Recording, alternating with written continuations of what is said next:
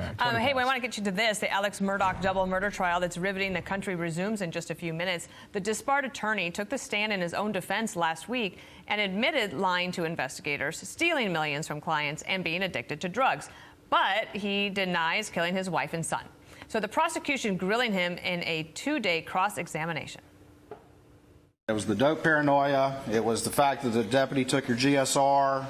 It was the fact that your law partners and Greg Alexander and the sheriff were telling you you needed to have a lawyer before you talked to police. All those reasons that you just gave this jury about the most important part of your testimony was a lie too. Isn't that true, Mr. Murdaugh? I disagree with that. Nothing further. Joining us live outside the courthouse, the host of Crime Stories on Fox Nation, Nancy Grace. And Nancy, I just want to play one more little bit of testimony that caught my attention. This is what when he was talking about his very serious drug addiction problem. How many pills were you using a day? Maybe 1,000 milligrams or 1,200 milligrams on a day. And how many pills is that? 100?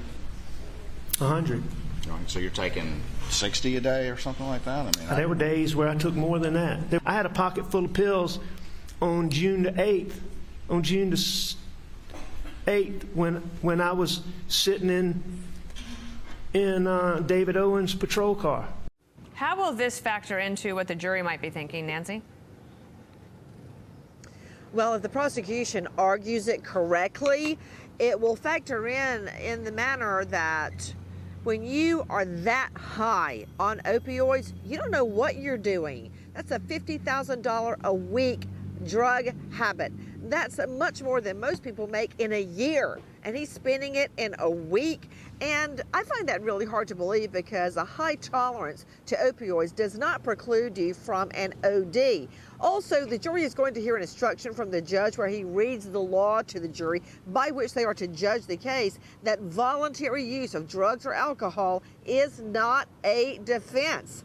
But right now, Murdaugh is still arguing he didn't do it. But he's been caught in a really big lie, Dana. Well, a lot of big lies, but the most important one is the very night of the murders, he knew to lie at the critical 4-5 minute interval when the murders occurred. Now, if somebody had been gone from the scene for 2 hours, would know that that is when the murders occurred. Why did he lie?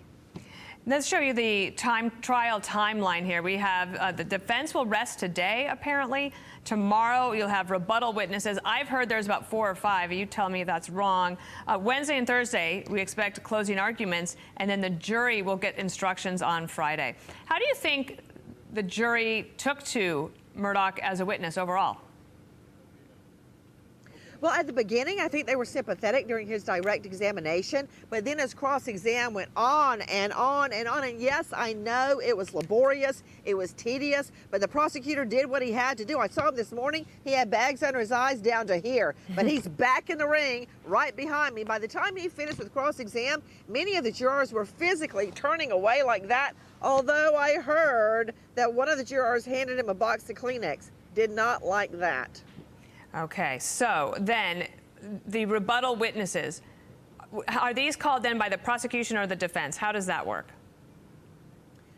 Yeah, well, this is how it goes. The state has the burden of proof. They have finished their case in chief. The defense is now completing its case. We think either 2 to 4 witnesses. There'll probably be a pathologist and a crime scene expert and whatever else they can dig up. In a lot of jurisdictions, you don't have to give notice of who your rebuttal and surrebuttal witnesses are going to be. So we don't know exactly who the defense is bringing. The state will then have a chance to respond on rebuttal. They rebut what the defense does. And we're expecting maybe 2 to 3 rebuttal witnesses. Nancy Grace, you're down there for us at this critical juncture during a trial that has captured a lot of attention all across America, and we thank you for that, and we'll be back in touch with you later this week. Thank you.